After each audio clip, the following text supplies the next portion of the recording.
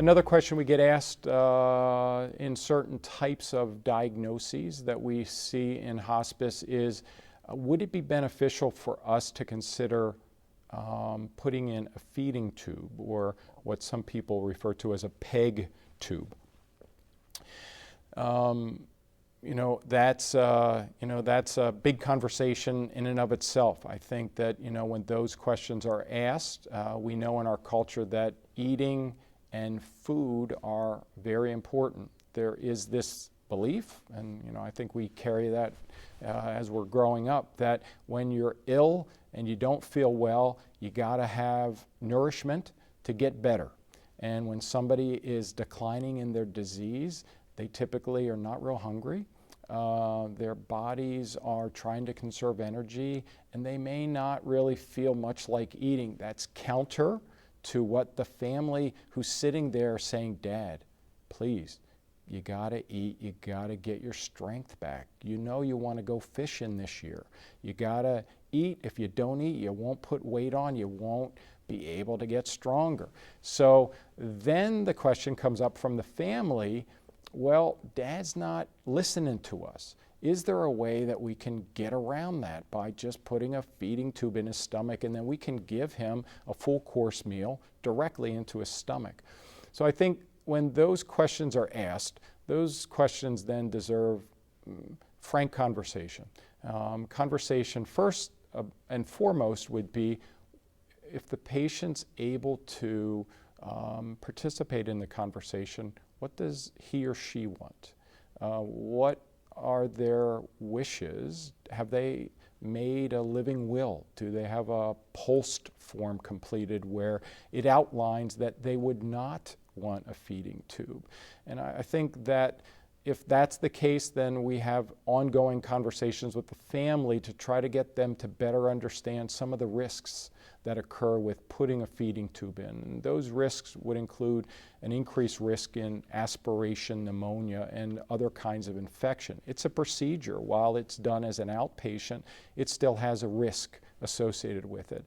The other thing that we're honest about is that for those patients that typically are declining and losing weight from their disease process, there really are not any good studies that would indicate that putting a feeding tube in really lengthens the person's overall prognosis, that they gained significant amount of weight, which allows them to become stronger, and it alters or improves their overall length of time on this earth. So the studies are pretty clear, not only those studies that have looked at insertion of feeding tubes for end-stage Alzheimer's patients or dementia patients, but other types of neurological conditions where, or even malignancy conditions where the patient is not eating or drinking and the loved one is attempting to get around the mouth ingestion by putting the food directly into the stomach. Overall, I try to discourage that, but certainly it's a choice that the patient and family need to make. But I think it's part of our responsibility as palliative and hospice physicians and providers to be honest with patients, to make sure that they understand those trade-offs, that despite it appearing that it would make a difference, that they would gain weight, they would gain strength, they would be able to live longer. The reality for most patients is that it puts them at greater risk to developing an infection like aspiration pneumonia and is unlikely to really alter or prolong their life. The other little cultural thing about eating, which is something that struck me a number of years ago in a patient that I saw, a home hospice patient. The patient had a significant neurological disorder, was actively declining and was no longer able to take nourishment by mouth. The son, who was the primary caregiver, was very distressed over this decline in his mom's oral intake and wanted something done, and talked to one of our nurses about, what else could be done, a feeding tube, an IV for some hydration things like that. So the nurse had asked if I would go out and see the patient. The son graciously was willing to meet with me.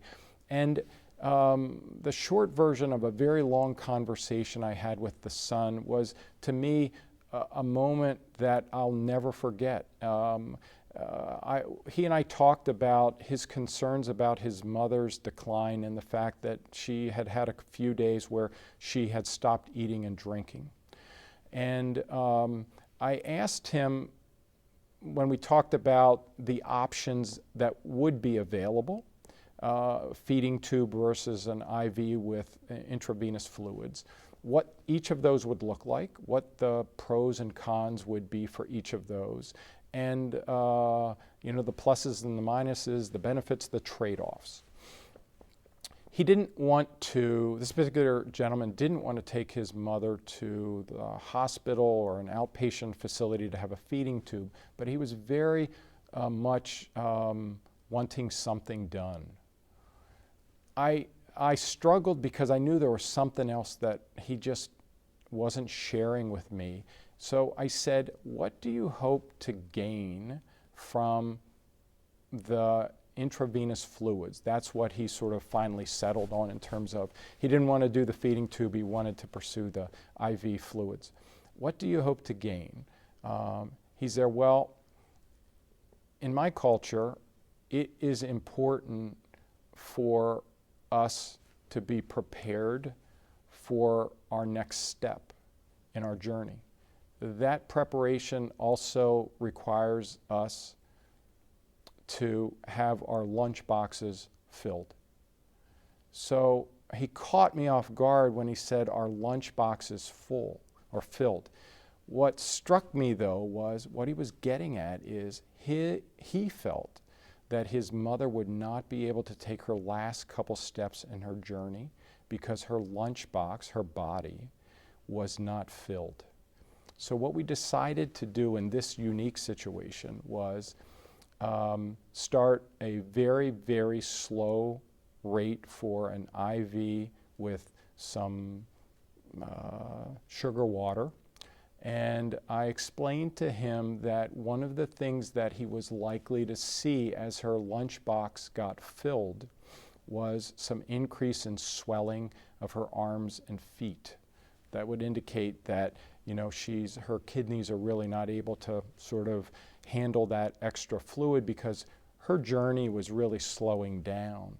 But we characterized the conversation that, and he understood where I was going with this. In some ways, it meant to him, if he saw that extra fluid appearing, her lunchbox was probably filled. We got to that point within 24 hours, and he asked that the IV fluids be discontinued. Within the next day, she passed away peacefully.